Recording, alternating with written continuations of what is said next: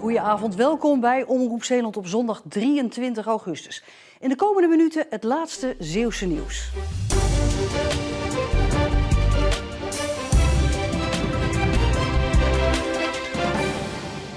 Komende maandag is het weer zover. Dan gaan de scholen weer beginnen. En dus is er ook weer volop aandacht voor de veiligheid in het verkeer rondom de scholen. En dat is nodig. Ik denk na de zomervakantie dat mensen toch die regels een klein beetje vergeten. De eerste jaren fiets je altijd mee en op een gegeven moment ga je dat toch een beetje loslaten. En ja, dat gaat gelukkig goed. En bent u nou de eerste keer de stiekem achteraan gefietst? Ja, dat hebben we wel eens gedaan hoor. Ja. Scholen beginnen weer. Dat betekent ook dat het gevaar met de leerlingen op de weg, weggebruikers, die gaan elkaar weer ontmoeten. En dat brengt extra gevaar mee. Daarom is het bijzonder fijn dat gemeenten aandacht besteden aan dit fenomeen. Het is nu vooral het moment dat leerlingen, de nieuwe leerlingen die nu naar het voortgezet onderwijs gaan, die grote afstanden gaan afleggen, die maken nu kennis met wat er nu gaat gebeuren. En daarom heeft Jan nog een paar tips. Wees bewust dat je in de auto zit.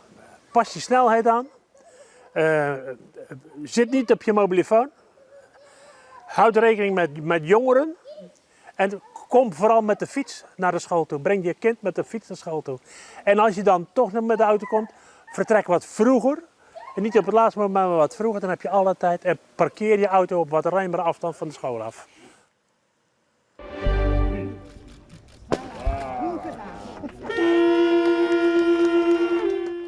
Het is al 50 jaar een traditie, het zegenen van de Westerschelde bij het Belgische doel.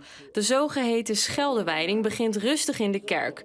Daarna trekt iedereen in een stoet naar de kade waar de Schelde wordt gezegend met een bloemenkrans.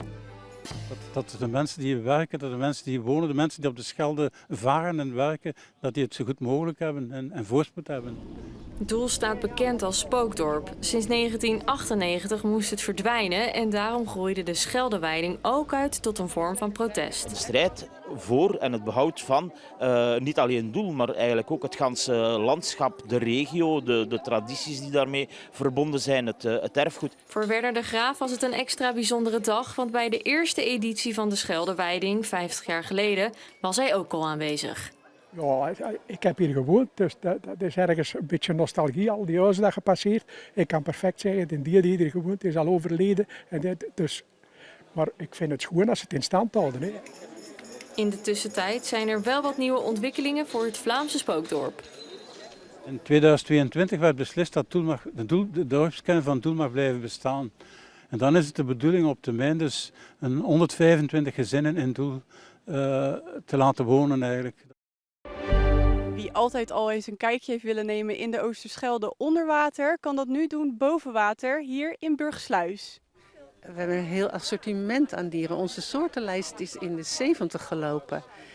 Maar het varieert van krabbetjes naar naaktslakken, huisjesslakken, sepiaatjes, van alles eigenlijk. En dat groeit eigenlijk bijna allemaal op oesters, op de Japanse oester.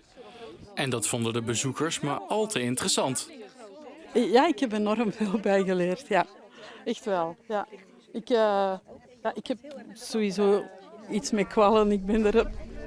Als kind heb ik een nare ervaring gehad.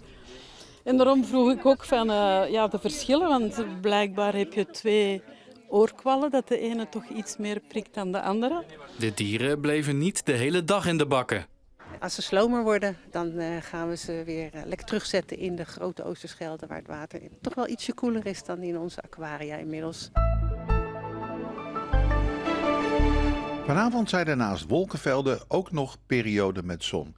Komende nacht koelt het flink af naar rond 9 graden in Zeeuws-Vlaanderen tot rond 15 pal langs de kust.